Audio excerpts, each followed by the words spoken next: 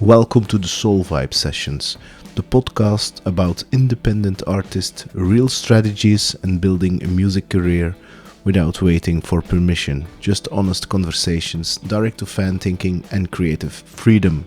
Let's begin.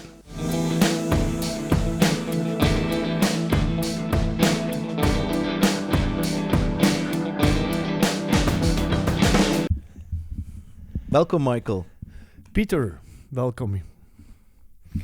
Now, Michael, I'm very fascinated and also an inspiration because when I look at musicians, I see two types of musicians. In the past, when we were young, there were no typical schools, maybe Berkeley in the US. There were or the classical conservative. Yeah, that's the thing I did. Okay, but you... I assume you did that, then you went to university, economics, then... No. I didn't do any music education in conservatories or anything.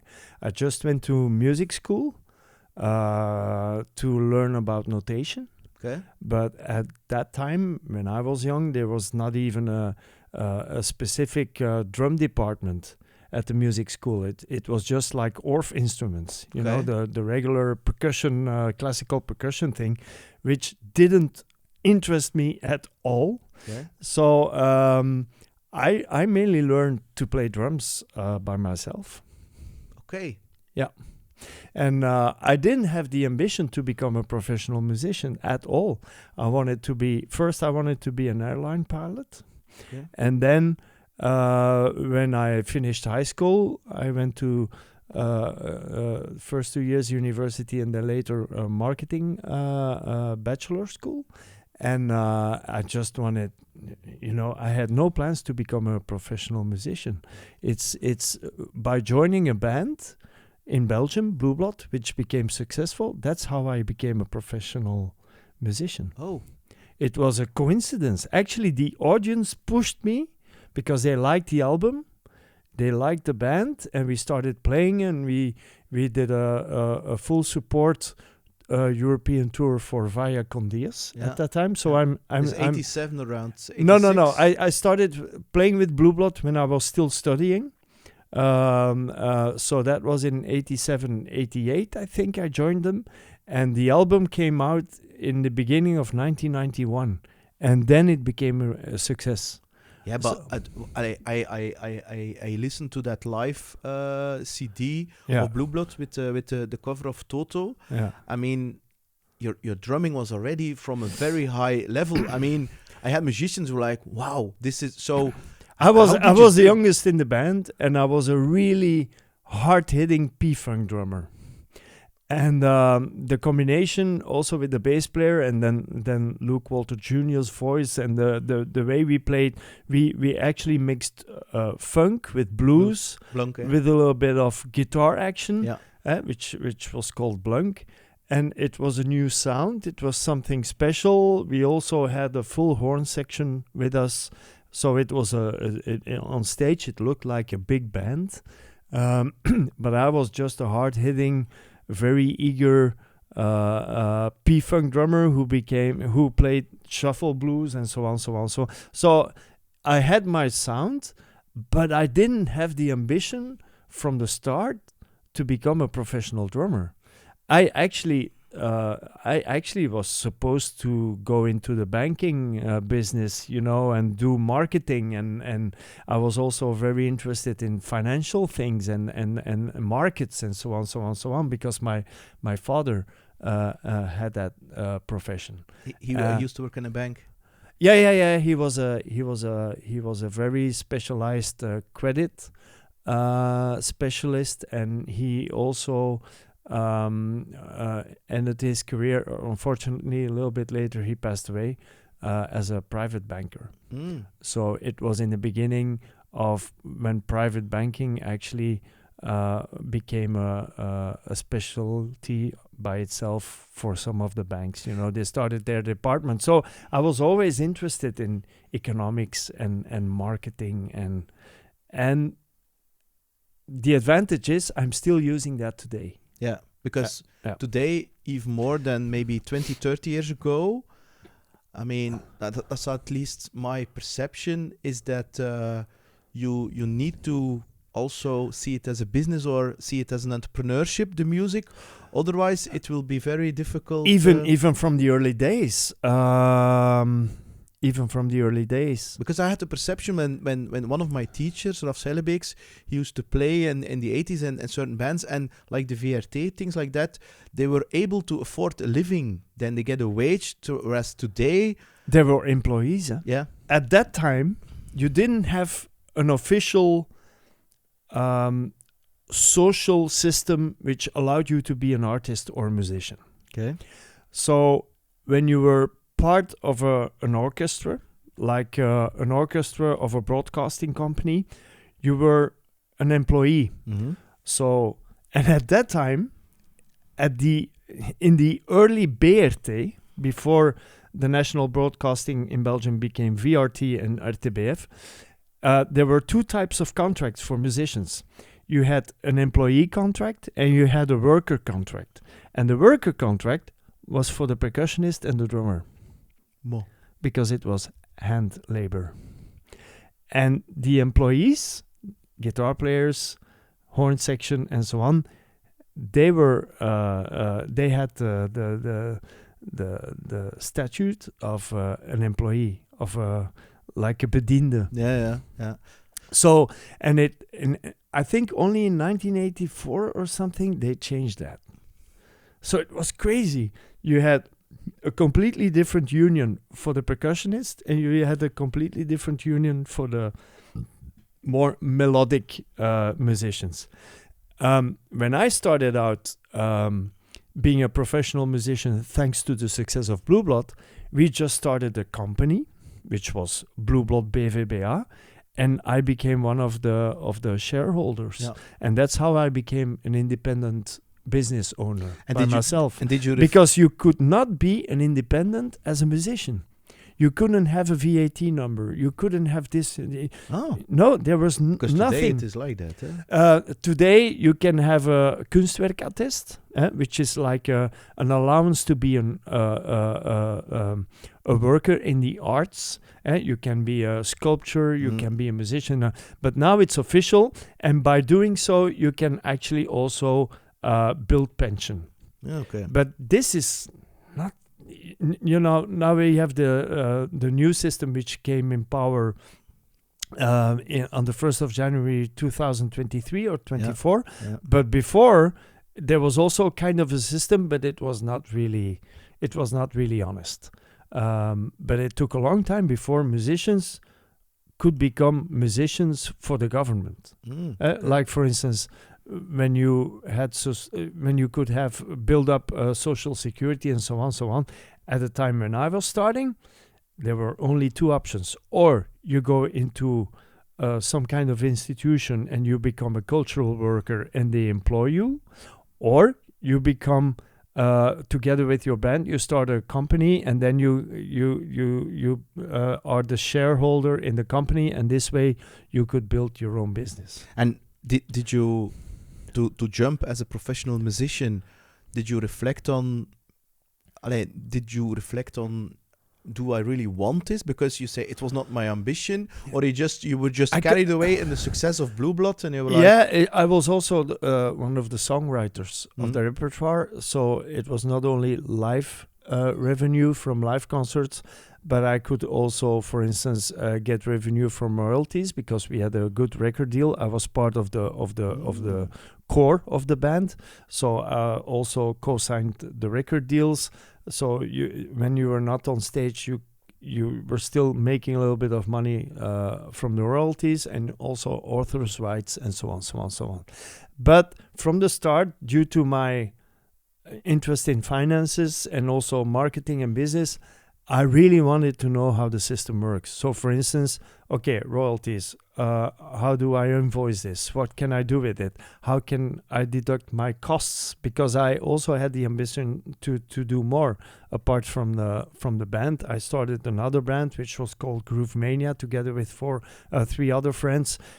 again, we started kind of a factual company. And then later on, when I left Blue Blot, because the singer got really sick and later on he passed away, I became a full professional musician. I joined Clouseau, one of the number one Dutch singing pop bands, which also had lots of success in Holland. And then I started to get revenue, from also doing some recording sessions. I find this very interesting. You had no, I would say that official education. I had no degree in music. Yeah. So, do you think that you were hired, of course, for your skills, but also for, the experience or the network, or do you understand my question? Yeah. And today, would it still be... Networking at that time was really important, because when I joined Clouseau, also their producer and other, musicians outside the core of Blue Blot and the blues scene and the funk scene started to get to know me also as an independent musician. So, okay, he can do some pop music. He can do some pop rock. And due to the fact that some producers try you out to do a session on an album or so on, it kind of triggered other people to work with me. And there were also quite some other drummers who were doing sessions. At that time in mid-90s, there were studios everywhere. Everybody was recording music.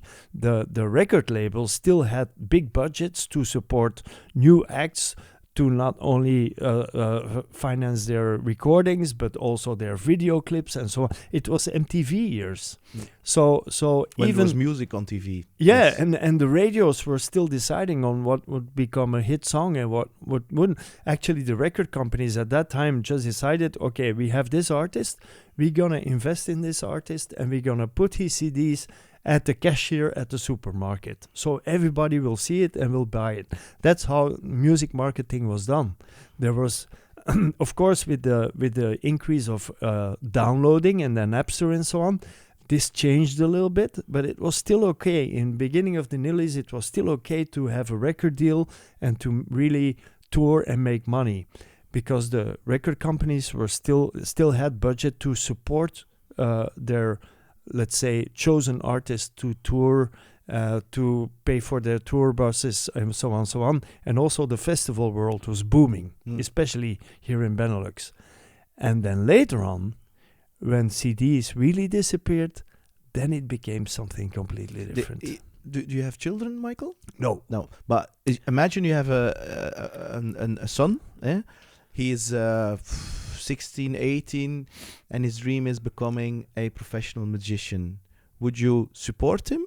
Or Yes. would you say, study economics and No, study music? because at the same number time? one, now we have very good music education, or at least better music education. Now you can really have a bachelor degree in entertainment. Now you can really study drums and study artist management and study booking to become a booking agent. You can study how to become a lighting engineer. You can study how to become an audio engineer. At that time, this didn't exist. So now we have those institutions where you have an official degree. But big difference now is that you cannot depend on income coming from CD sales. So at that time, CD sales were incredible, because, for instance, at that time, a CD cost for a consumer was like 700 francs. Let's say 16, 17 euros.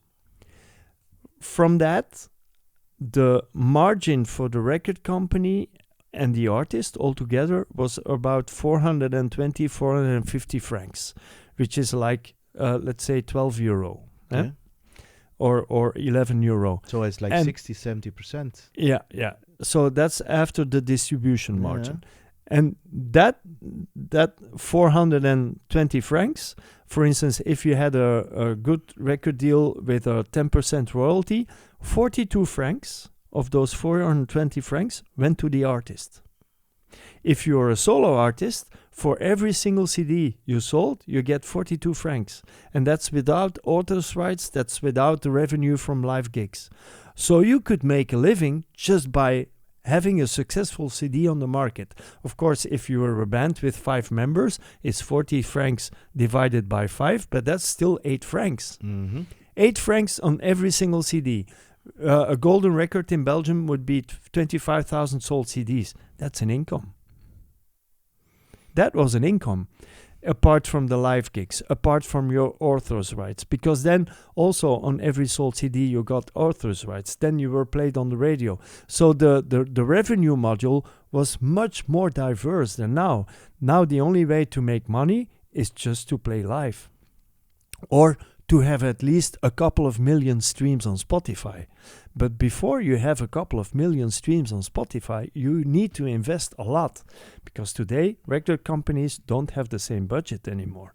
Number 2, as an artist, with so many independent artists, we are all trying to get through the same door. Get through the noise. And number 3, 1 million streams is about 3,800 euros. 1 million streams. To reach 1 million streams as a new artist, you need to invest at least 3,000 euros in promo without even calculating the production cost of your recording. So it's gonna be in the best situation as an independent starting artist getting 1 million streams. Maybe you will break even. Maybe, and then it depends. Are you a native language singing artist, or are you an English singing artist? But for every single you want to release, you need to invest still in production, in marketing of your track, in getting into these playlists, and those people ask for money. And so the business model is totally changed. But you would still advise your son to go for the music? I would still, first of all, I would advise him, get a good laptop, start producing your music, and concentrate on being a live musician. Because if there's one thing that will never disappear, despite all the AI shizzle and so on, it's being able to play music live. That's the core of any musician. You can have a lot of DJs and producers and so on, but that's very good if you're really successful, but only a few can expand this to a long-lasting career, because the audience will decide. But when you can play live, it's timeless. You can do it till the end of your life, till you die. And if you play live in a fashion that's personal with your own sound and so on, you might be suitable for this or this artist who needs to play live to make a revenue as well. So you kind of amplify yourselves. Do you have a vision where the Spotify, there are rumors saying that what was radio in the past is now becoming something in the background, and Spotify is also in the future is also will take that place, because it already did. It already did. There's less and less young people and older people just listening to the radio. Yeah, to the radio. But Spotify, what's your take on that? Spotify is the radio. Okay. And they actually have the algorithm to push you towards a different listening experience. Because, I like this artist and this artist. And then automatically Spotify will tell you, you like this? Okay, here's our suggestion. And maybe they're like, here's some AI. Because there's still lots of AI on Spotify. So Spotify is the radio, and it's on your fucking phone. So there's no escape. The only in the car, I don't listen to regular music radio. I listen to the news, or I listen to classical music, because it's just it's what I like to do. For me, music is profession, so I don't want to have boom boom boom all the time. You need to listen to rest your ears.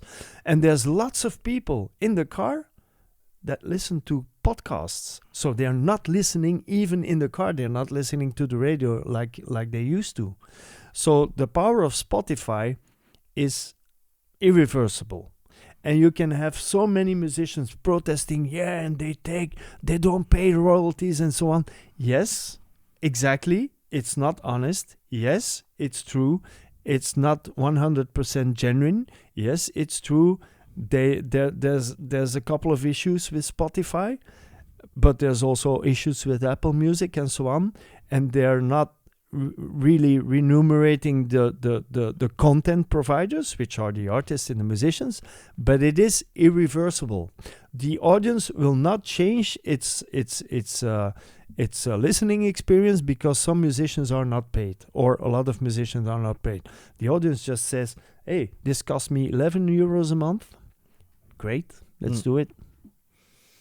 And how do you TikTok same, eh? Yeah, if you look at musicians, you meet a lot of them are very creative, but they despise the business part of it. But that it's like, okay, if you go into politics, and you want to make a career in politics, you need to be able to be open for compromises. You have your program in politics and you say, I want this and I want this, I want this and I want this. But democracy says, okay, but you will need to work together with other people. So you might need to skip point number 2 and number 3 to be able to realize number 4 and 5. Same in music. If you're just gonna go stubborn and only concentrate on the art form, you're missing on selling your art form. Because we're so many musicians now. We can all have a laptop. Even a young guy from 14 years old can make music on it. The most sold musical instrument today is the Apple MacBook Pro. Okay. That's how it is. You know, when I started doing this electronic musical instrument thing I'm doing, it was the same thing. The drum computer, it's the enemy because it will replace all the drummers. And look at us now. It's still there and all drummers became better thanks to the drum computer. But the old-fashioned drummers who are still like, no, we need to respect the art form, they all missed out. The fact that you embrace the digital innovation of the digital drums, was that for you a very was it the fact that you were attracted to all the new things in music, or was it a very even when I was still, at high school, I was already nice to play along to a drum computer, because at that time, for instance, Herbie Hancock came out with this electronic tracks, and I was playing along to it. Cameo, there were funk people who were actually using the drum computer. Terence Trent D'Arby, all those people, it was all drum computers. So the Lindrum was it? Also the Lindrum, Michael Jackson. He did do live drums as well, but the drum computer. Yeah, it changed the sound of some music. And then the electronic music came up. Especially, I was lucky to live in Belgium. Yeah. And especially in Antwerp, because it was the start of New Beat. But I heard that... And so on. I was playing along to it. Yeah. But I heard that it was the dance music, the house music. Apparently, it was a Roland drum machine. Was it the 808 or something? Which said, we're going to mimic drums. But there was a producer in the US... apparently, and I don't know, the really... There's a very specific, because I'm really attached to Roland, and in 1982, there was a visionary entrepreneur from Yale, Vickers Marcus, and he made contact with Roland, and he said, I want to distribute your synthesizers in your electronic instruments. 1982. And... I think it was 1983 or 1980, was it later? 1984, 5? The TR-808 came out. Or was it in 1980? I don't remember.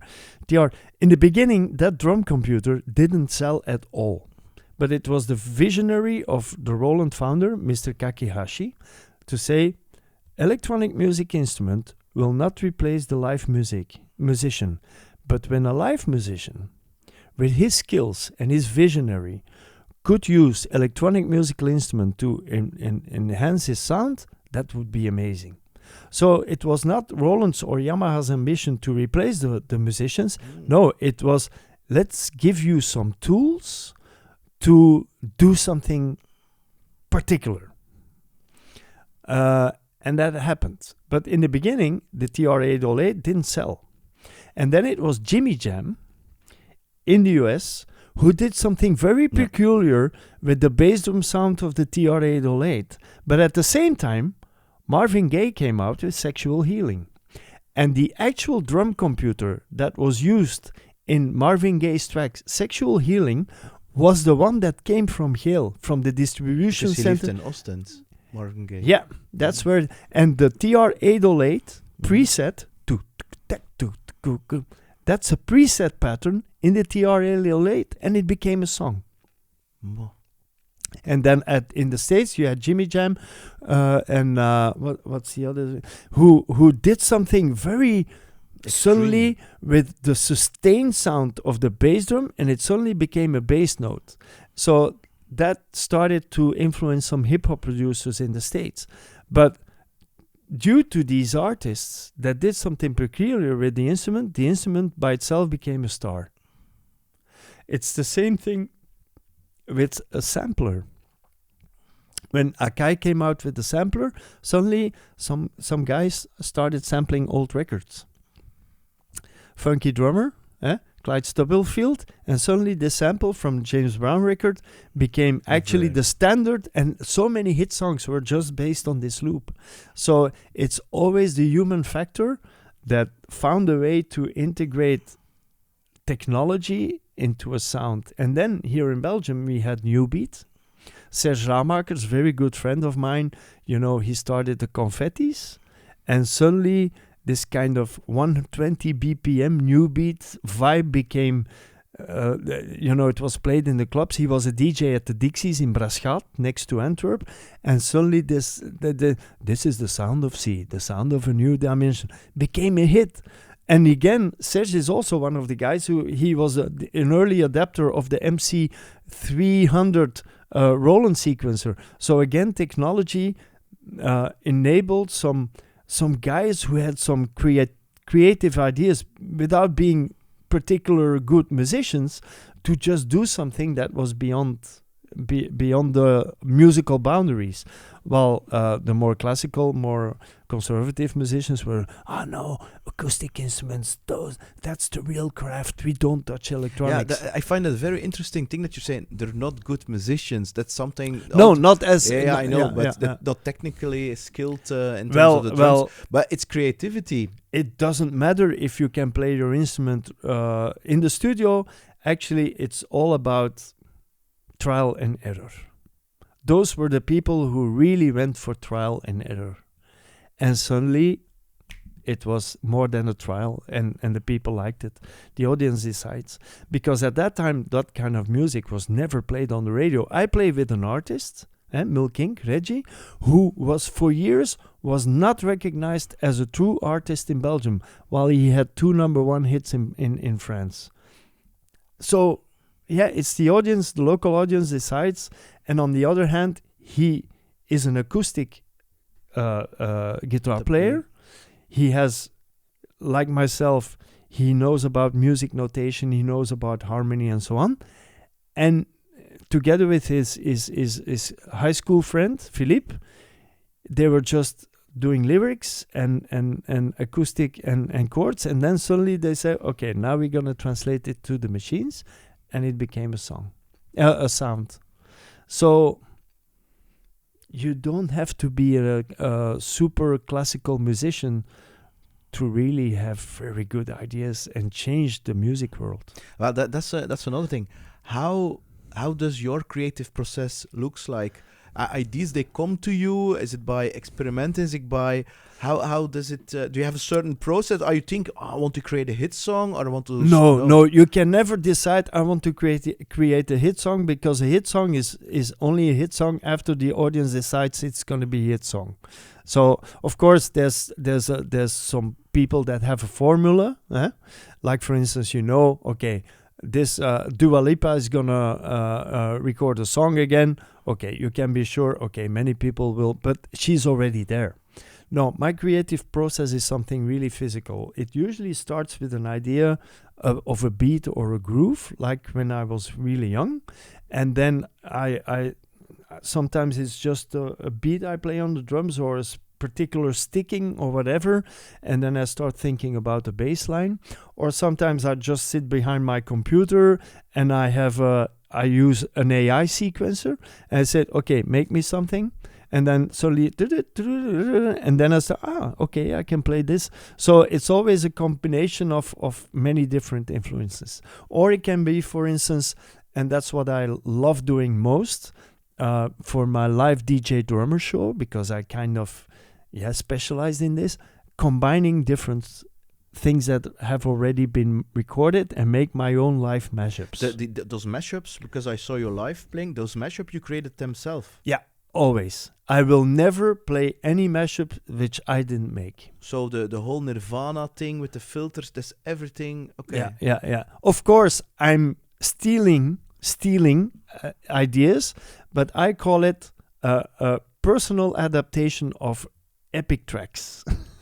So I still respect the original artists, because I do not put my mashups online for sale or anything. Okay. Because I'm really conscious also about the legal things, and also I respect. I'm a very respectful artist towards other musicians, but I combine, for instance, an old Tiesto drop with a Nirvana guitar, but I play the drums live.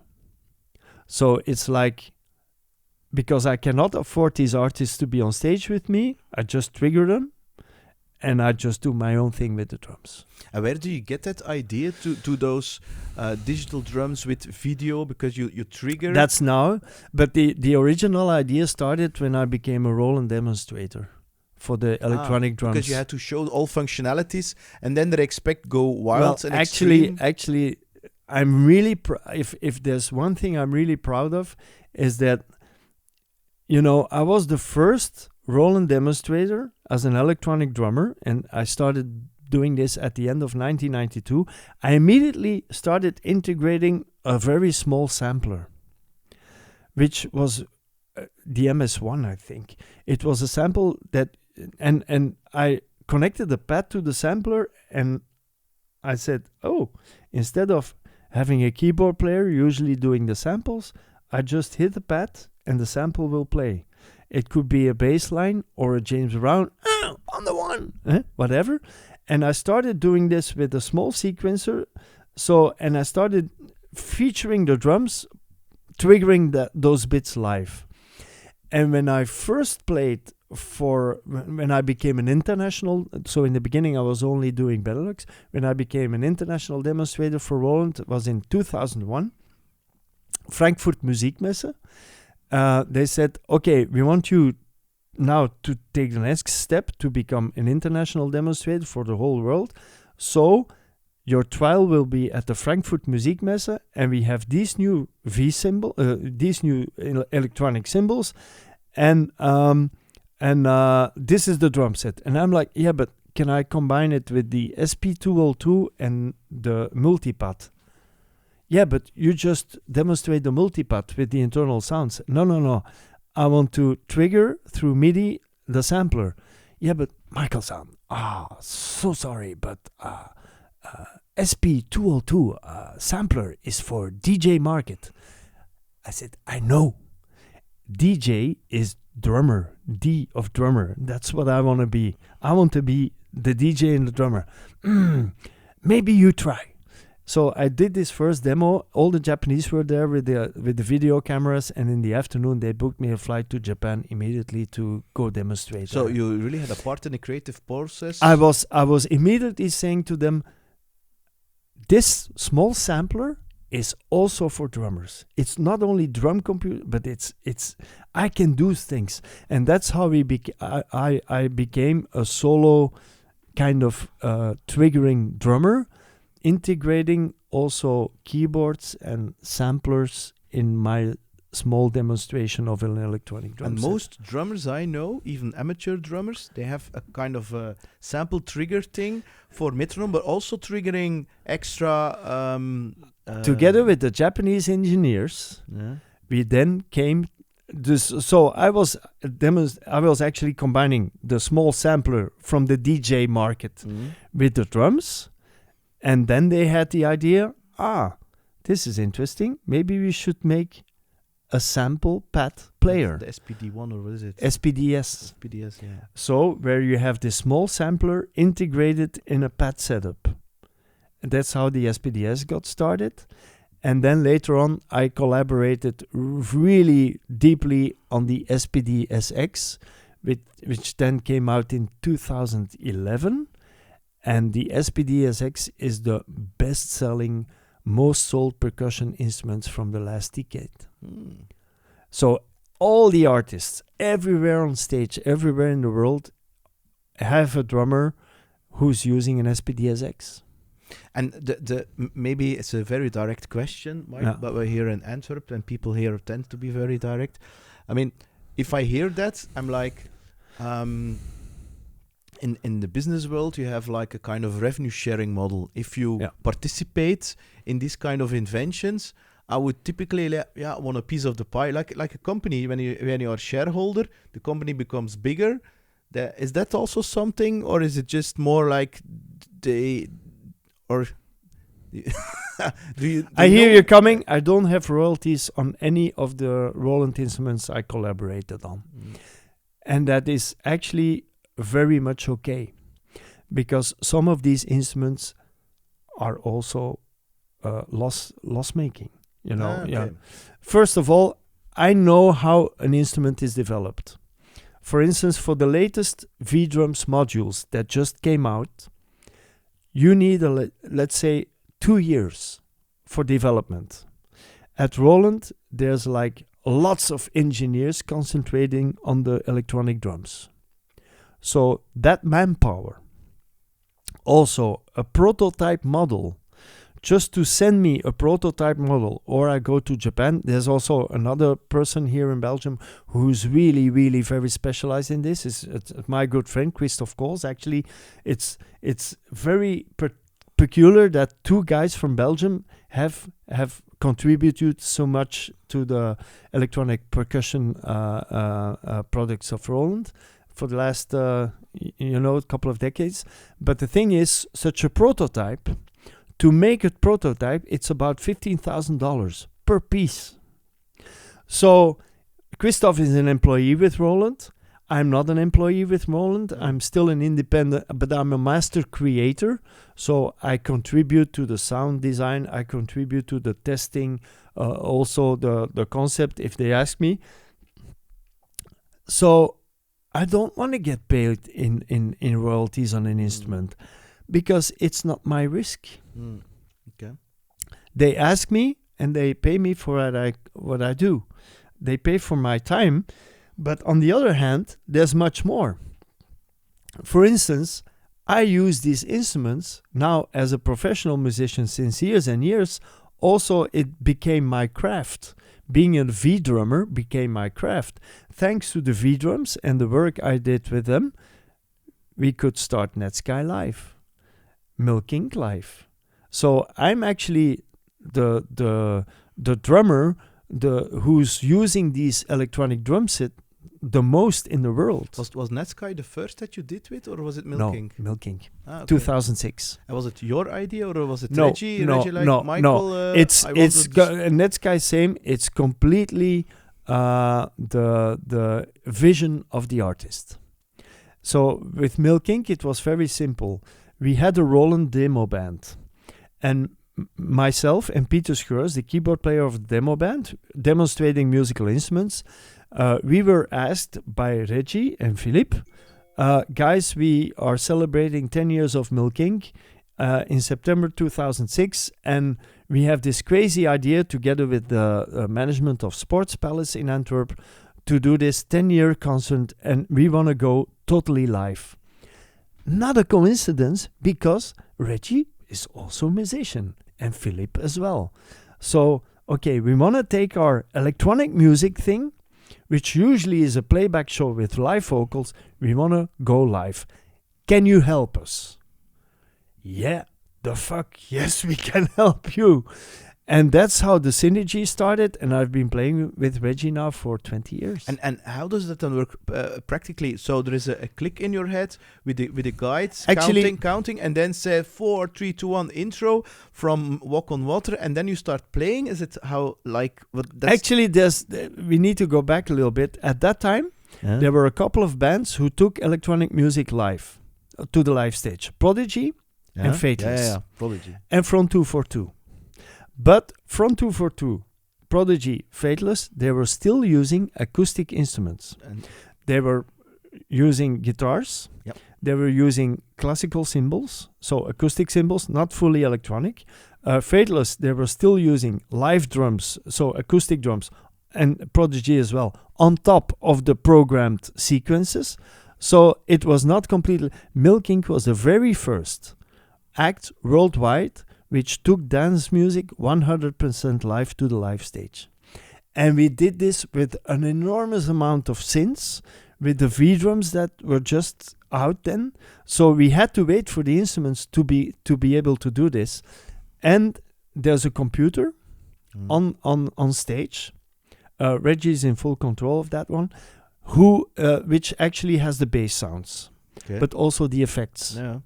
So Milky, when we went live, the bass is like arpeggios in Milky, so you cannot do this with a bass player, not for 5 minutes. It needs to be very quantized. It needs to be sidechained. There's a lot of things happening, sync delay and so on, to have this kind of sound. But the bass drums, the snares, the claps, the cymbals, the toms were all live. The guys, Philippe and Peter, they all the lead lines, they reproduced all these Milky sounds in their bunch of synthesizers. They were, 24/7 for a couple of weeks. They were programming synth sounds just to be able to play it live, and that's how Milky Live became something. And then later on, Boris. Netsky found me after watching one of my drum and bass clips on YouTube, and he had this plan. I'm a DJ, but I want to be more. I want to take my drum and bass tracks to the live stage. He came to find me, and then we started talking. We started experimenting here in this studio, actually. He was in the middle of recording his second album, so it happened at the same time. I got Babel into the project and sound engineer Frank Foot. And with the four of us, we started building and experimenting. And then we did a tryout in Kortrijk with a PA rehearsal. And the next day we were on stage in London and it exploded. But I took the Milky experience I had a little bit into the Next Sky project. Yeah. And we could only play this with Roland instruments, especially drum and bass, especially for the drums, because they were the fastest. Okay. Yeah. So, because at that time, latency was still something. Yeah. But digital software, what if it crashes? What if it goes wrong? You have a backup things? There's also a kind of any band, for instance, you were talking about the click track. Yeah. We need a guidance to make people play together, even with acoustic instruments. Everybody's using a click track. And we had counts and so on, but the vocals were, Linda, everything was live. But you also have effects and sequences. So it's not only the click track. I have the bass is coming from the computer, so I'm playing on top of the bass. So it gives me this kind of feeling I'm in control. Yeah. So technology today, of course, enables us to do this not with the big Mac Pro flight cases. Now we can do it with 2 laptops. And there's solutions on the market where you can have 2 laptops running at the same time. When one crashes, the other one automatically takes over. Okay. So it's actually kind of crash-proof, but it's still dodgy. If there's one USB cable or one thing or the power is cut, there's no music anymore. But that's the same with an electric guitar amp. Yeah. Always backup. Yeah. Now, from a now complete other question. If you're becoming 60, I'm completely shocked I'm very grateful because this means that I'm already in the music business for 35 years. Do you think that music keeps you young? Oh, absolutely. But there's 3 conditions. Number 1, stay off the alcohol, stay off the drugs, and stay away from negative situations, being stuck in a band where you're not really happy, coping with other musicians' issues and so on. Get out. And that last thing, I mean, the mental. Yeah. I mean, I by accident I did a book release in Antwerp with Axel Pilleman. Yeah, very good friend. And he talked about his drinking pinches, alcohol things, where I don't drink alcohol anymore for years. And I never started. Yeah, so he was just after me, and so I know you know each other. But we are actually best friends. Oh, cool. So, but the selection of whom you hang out with, and I mean, you have the creative aspect, but then you have the I would call it. Some human. People always see opportunities, and some people see always problems and are always bringing each other down. Is that something that you were conscious of from the beginning and selecting? No. They don't have the right attitude to get this thing done? Or? I've been thrown out of bands as well because I play too loud and so on. But on the other hand, it also ended up also a little bit of karma sometimes. Like, you don't, you think I cannot be of any, let's say, of any importance to you anymore, then maybe, okay, then let's stop. Because if you start digging and you keep on scraping from the bottom of the pit, you're getting so deep into it that there's no ladder anymore to go out of it. And the thing it's not a coincidence that Axel and I are good friends. We actually, I was his drummer with Camden. We played very intensively together for 6 years. And it's nice. It's not a coincidence that I'm also playing with Reggie for 20 years or with Axel for such a long time, because there are also people that have a very straight vision. They said, okay, I did this. I was an alcoholic, but this is not sustainable for long term, and I want to be a musician. And there are live people. They want to be on stage. My biotope is the live stage. So it's not a coincidence that we connect. The studio for us is like the means to also be able to do this live. My studio here is not a studio where I spend a lot of time releasing singles and producing. No, everything I do here is to be able to continue my craft and my mission on the live stage. So if you are surrounded by musicians or artists who are struggling, should that also be your struggle? So I usually ended up getting out or just not engaging. Yeah, because if like for instance with Netsky, we were on tour quite intensively for let's say 7 years, flying around the world the whole year, or being on a tour bus. But there was one thing that was really, really clear, and I'm not against people drinking alcohol or doing whatever they need to do, but there was one thing very clear: the show is number one, and it's the same. And it's a very simple rule: if you are intoxicated on stage and you want to play drum and bass, it's not going to be possible, because drum and bass is very specific. It's fast music, and you need to be able to play it. And there's no way you can play it with nobody will dance. Yeah. Same with DJs. Some DJs are really like, yeah, I did an amazing set. Oh man, I was so loaded. It was amazing. I can tell you, some people in the audience are like, what the fuck did I play this ticket for? I saw, by the way, Live of Agony at Lokerse Feesten. And the singer was completely wasted. and It's disrespectful. and I stopped being a fan. Very important. The promoter will not book you again. And he owns the live stage. So also with my manager, Nicolas, it's very simple. Everywhere we come, we usually get like, oh, you guys are so easy to work with and your rider is so compact and so on. If you compare this with even a DJ who needs 2 bottles of Grey's Goose gin and then this and then for his whole entourage, said, we're coming to work. But we also want to have fun and we want you to be successful as a promoter. So in the end, they will be eager to ask us again because it's so easy to actually synergize when everybody's on the same frequency. If you need to, as an organizer or promoter, and this is a little bit of the marketing side of me, from the first minute you arrive in the backstage, it's marketing time. If you are collaborating with the organizer, if you're fixing a problem, if you are there and you are shaking the hand of the sound engineer first, he's going to be your biggest supporter when you're on stage.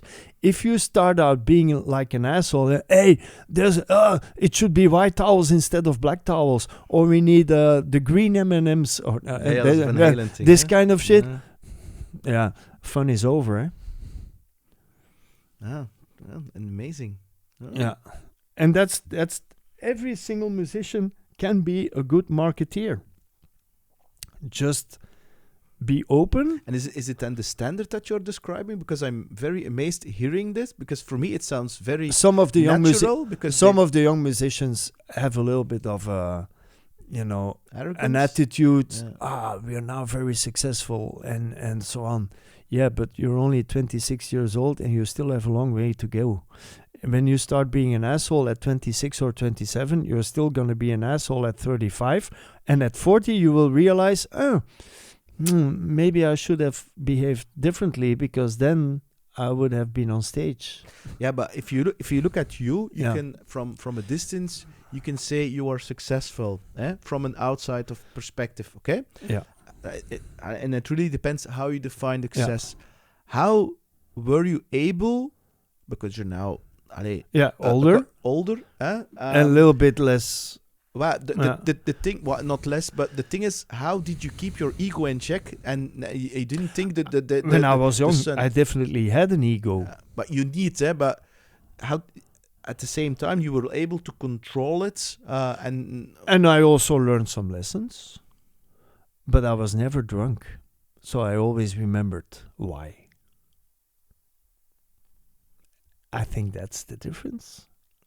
So you're quite conscious. Okay, that's happened. Okay, maybe I shouldn't do this anymore, or maybe I was a little bit too harsh towards this person or towards another musician. But I was always clear and sober enough to say I'm sorry. Mm. If you could redo it again, was there something that you said, no, I would do this or that? Lucky me, no. Because some of the things that were really not as nice in my career always ended up being an opportunity. Because it sounds like a straight line of success you had. But now you're saying it isn't. No, it isn't. I saw some black snow when I left Blue Blot, for instance, and I invested lots of time together with my other 3 friends in Groove Mania, and it didn't become a success. I was actually, for 3 months, I was out of work. I was like teaching drums, and I'm still, okay, I have this degree in economics and marketing. Should I look for a job? But luckily, I still had some Roland demos going on. And this was in the beginning of 1995. I will always remember, on a Tuesday afternoon, in the middle of March or April, I was at my drum studio at a music store with a good friend in Antwerp, just waiting for the next student. I was just giving drum lessons, and I was once in a while doing a Roland demo. But I still loved playing. And I was like, should I go look for a job? because I was also income conscious. Should I look for a job? Studio sessions were not coming in. So beginning of 1995. And on a Tuesday afternoon, Ron, my good friend, the shop owner, came to the drum room and said, "There's a telephone call for you." Ah, okay. And I go, and it was Chris Wouters of Clouseau. And he was saying, "Listen, we have this drummer's problem. Are you free for the rest of the year?" I said, "Yeah." "Yeah. Okay, then now you have 90 Clouseau concerts. Can you start rehearsing tomorrow by yourself? Because the first gig is on Friday." So this was Tuesday afternoon. And I just went full in. I find it very interesting. And this is a very coincidence that it happened. Is it coincidence? Yeah, because the drummer, they just started doing a tour, and the drummer who also recorded their album, he fucked up with he just became a nuisance. Ah, okay. Yeah. So if he would have remained, if this problem wouldn't have occurred, I wouldn't have been able to join them as a live drummer. No. But this is how it works. It's about creating opportunities by not knowing. I didn't create that opportunity. It just came to me. But I immediately said, "Clouseau, yeah, let's go." Yeah, but it came to you because you planted seeds. Well, yeah, it's true that in the Roland demo band, Chris Wouters was one of the guest singers. He saw me play, we kind of connected, and then months later he said, "I'm gonna call him." We kind of connected, and there you have it. And when network is everything, yeah. They kind of connected. It's the vibe. It's you creating some kind of emotional interaction with your audience. Yeah. And this is the thing that many artists and musicians need to realize. AI will not ever replace your network. There is no soul in it. Network is now. I'm the chairman of the Flemish Association or Dutch-speaking Association of musicians. Network is everything. Network is when you start discussing people, when you start, exchanging ideas, when you start finding a compromise. Okay, instead of listening to all the noise, let's do this. But that's also something you learn by getting older. And also, I have the luxury, let's be very honest, I have the luxury of not having children. So I could immediately shift gears. If you have a family and you have children you need to take care of, it's more difficult as a musician to say, okay, they want me to go to Asia tomorrow for a drum tour. Yeah, let's go. In another situation that might be a little bit more difficult. I want to come back very short on we're almost at the end. So Chris Woter calls you. He says you have 90 gigs. Within 2 days rehearsal. How does your because I replace sometimes substitute for guitar players, and there is no rehearsal. It's like these are the songs, here's the audio, lead sheets, but not everything is written out. How does it work? For me, it's like listening to the audio over and over and over again. For me, it's listening and at the same time playing along. Yeah. And it's met at that time it was with cassettes, or CDs, because they were at the beginning of the tour. There was not really live recording yet. They were just doing tryouts. So and then yeah. Is it then having every it's fill adrenaline and is it every fill right, or it's like in the beginning? No. I just said I'm gonna do this. I'm gonna nail this motherfucker like hell, and it's just about going full in adrenaline. Also, I'm a little bit of an extrovert person, so I really want to make a difference. I want to impress them. This kind of thing. Same with Netsky. When we came on stage for that first one, it was like, okay, we are prepared, but there's a spaghetti of cables. Hopefully, everything works, and let's go. The first time I did Milky, it was magic. It's like, we came on stage at the Sports Palace. We did a little bit of tryouts but it was incognito.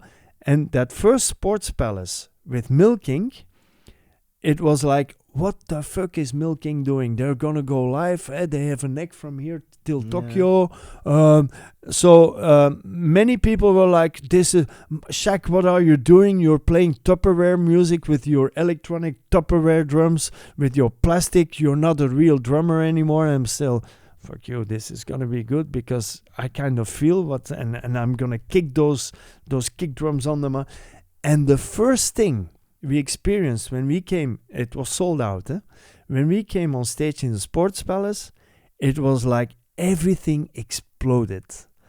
Because never before people could hear this usually stereo kind of music through a big PA system with lights happening, with 15,000 people in a filled out old setup of the Sports Palace at the time. And it was just sweat from minute number 1 till minute number 120. And Jan van Heesbroek, one of the CEOs of Sports Palace, still says the condense that was still dripping from the ceiling after we finished that concert is something I will never forget. And we are now 20 years later and it's still happening.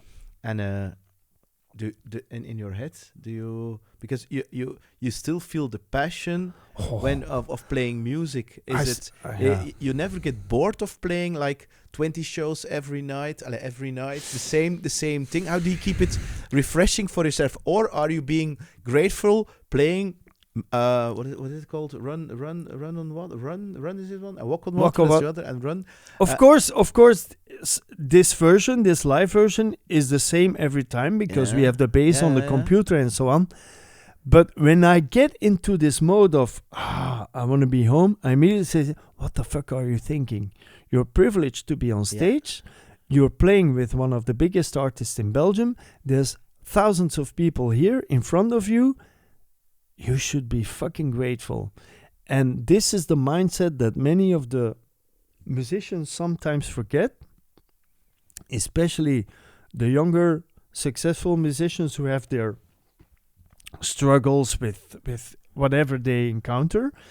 I don't have this. I never had this. But I understand it must be much more difficult to be a young artist today because you don't have the CD sales and the royalties and an income and so on.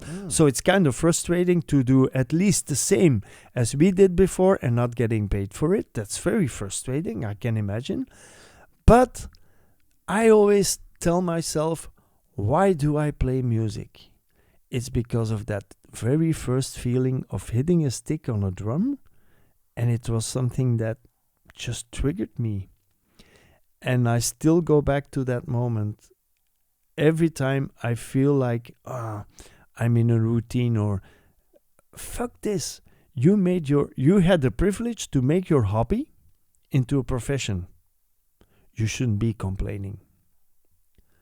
And that is something I need to tell and share with many more young musicians. Like say, you are very privileged because you could make your hobby into your profession. And the audience enables you to do so. You should respect your audience. Because when you stop respecting the privilege and the audience, you're fucked. And you are left with nothing. You won't have a job. You will be a depressed person. You will lose your craft or your joy in playing an instrument. But the core of your current path is that you could make your profession out of your hobby. I saw a video recently about Phil Collins. He cannot play physically anymore. He's drums. very, very sick.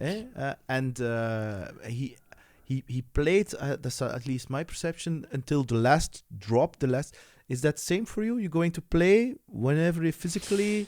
Hopefully I will be able to play till the arm goes off. You know, if I have an accident, I could still play with one hand. Yeah, it's Def Leppard. This is the drummer with one arm. So. And I would probably find a way as well. But you know, health is very important, and that's why I always stress: keep the alcohol and the drugs away from your life stage job, because health will enable you to play for a longer time, or it will stop you from playing. For instance, Babel, a very good friend of mine, also the keyboard player and synthesizer, synthist, I call him a synthist with Netsky, recently discovered he had cancer. And it was not looking well. And that was just before the festival season. I cannot imagine how I would react, but he said, I need to be on stage. So he went for the chemotherapy, and he lost his hair and his eyebrows, and he was fucking sick. But every single weekend he was on stage doing his best. And now he recently received the good news that he's in remission. But he said, mentally, what pulled me through was being able, thanks to my entourage, to still be on stage. He is not the very first sick musician who still found a way to be on stage. And if that's your core, the core of your being a musician and somebody who can translate a physical movement into a sound which makes people happy, well, you should be very grateful that you can do this as a profession.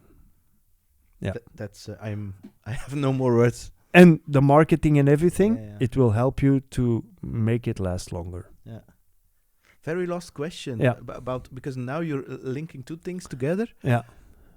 Do you think authenticity is important? I mean, you're talking about marketing. You have a certain, if you want it or not, you have a certain brand. Yeah. You have a brand identity. Yeah. Is that authenticity then for you important? I don't think about it. Because... also, I'm a little bit older, so I'm not going to change my music tastes anymore. Authenticity is something you build, and it's a progress. You cannot be authentic from the very first moment you become a live musician, because to make a living, you will now have to play many different genres, for instance, or do different things, or maybe record something that you don't like. I did studio sessions, which was not my type of music, but I was hired to play these drum parts on this particular Schlager song. So I made it, okay, let's make it a Schack Schlager style, whatever. And the producer asks you to for a reason. So authenticity doesn't need, you don't build authenticity by being stubborn. No. You build authenticity by being heard. So if people are able to hear you play, and you can put your personality even in music genres or performances that are not really 100% your core, then it will still be authentic. Yeah, because you are there. That's my view on authenticity. For authenticity doesn't pay the bills. It's very simple. Okay, Michael, I want to thank you a lot for the great conversation. Peter. It's we touched a lot of points. So thanks a lot. Happy editing. And to all people that are listening, just enjoy your Spotify. Whatever artists are complaining about, we will of course battle it. And Spotify needs to step in because there's laws in the making and so on. And I also, collaborated on some of these initiatives. But please keep on listening to music, whatever medium, and this way we will welcome you to the live in front of the live stages. That's the most important thing. Thanks. Yep. Thank you. That's it for this session of Soul Vibe Sessions. If this conversation resonated with you, put it into action. I'm Peter. Thanks for listening. See you in the next session.